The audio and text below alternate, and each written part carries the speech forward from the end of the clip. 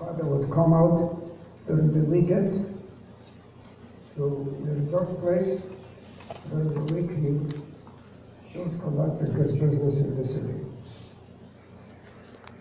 Fellow sitting at the table between my parents. I'm standing in the middle. On the left side is my youngest brother. He was 6 years younger. And on the right side is my brother Sam. He was 2 years younger.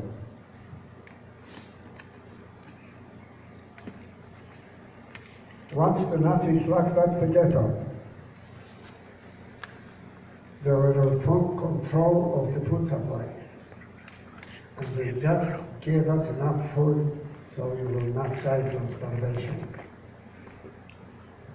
But I saw people dropping dead in the streets of the ghetto from starvation. From lack of protein, their legs would swell up. And the swelling would move up in their bodies, and when it reached the heart, they dropped dead, and I have seen many, many of those people dropping dead. In addition to starvation, we had a deadly epidemic of typhus. My brother Henry, on your left, developed a high fever, 105. We had our own Jewish doctors in the ghetto, and we had 2 hospitals which were incorporated in the ghetto. So we called a doctor, he diagnosed him with typhus and told us to take him to the hospital. So we took him to the hospital. The next morning, I was on my way to my job. I had a little job there. And I was passing one of the 2 hospitals, but it wasn't the one where my brother was. And what do I see?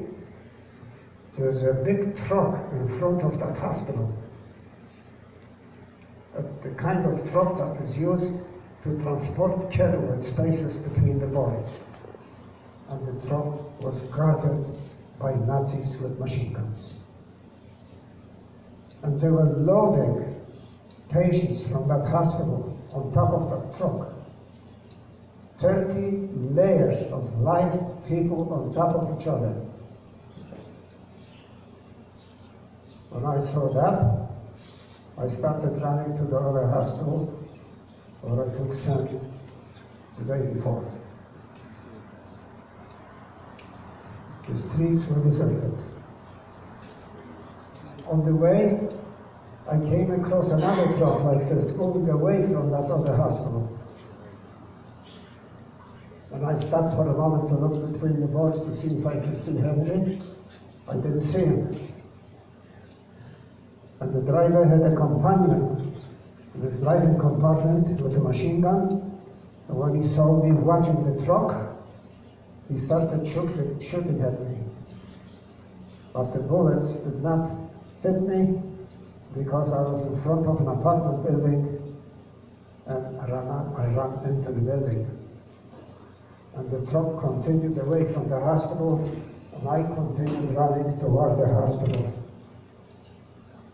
In front of that other hospital, I see a third truck like this being loaded with patients. Couldn't get in. The hospital was surrounded by an 8-foot fence. So I went to the back of the fence of the hospital, and there was a big crowd of people there on the outside of the fence, and nurses were handing patients over to those people to save them from the Nazis. I climbed this 8-foot fence. To this day, I can't figure out how I climbed an 8-foot fence. I'm 5'4".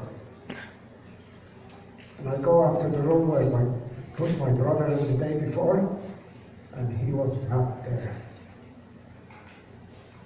So I asked the nurses, "Where is Henry?" He was taken out 15 minutes ago. He was in that truck that I passed. All of these patients were taken to the gas chambers in Auschwitz, and they were gassed the same way they arrived.